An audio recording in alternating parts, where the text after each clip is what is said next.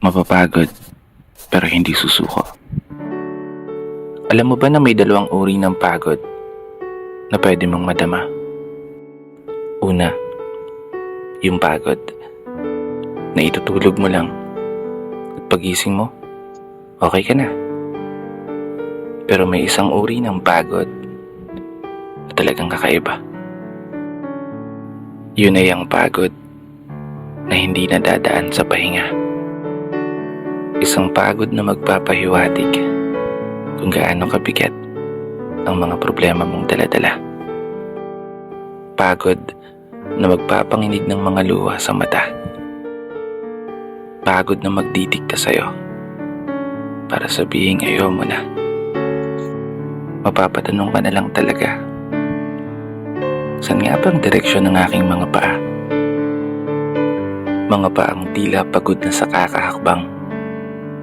Mga paang ngimay na sa kada tapak sa baitang ng hagdan.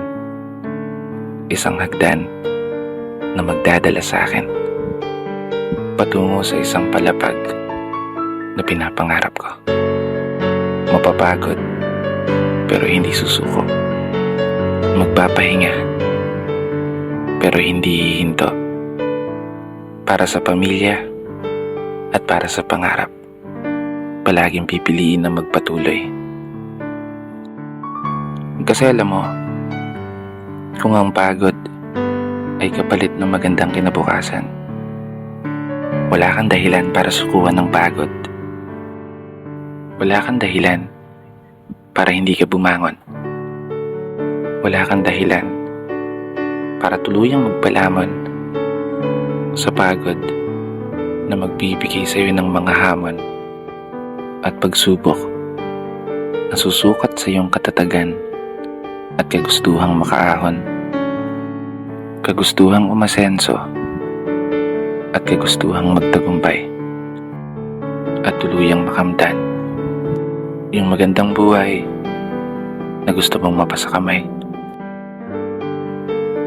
Kaya naman, tatagan mo ang mga paa mo at tibayan ng loob sa iyong paglalakbay at umasa kang kalakip ng bawat pagod ay may masaganang buhay na naghihintay.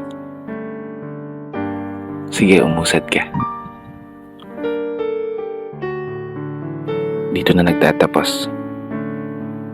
Kaya isang pagpupugay para sa lahat ng mga tao na patuloy sumasabay sa hamon ng buhay.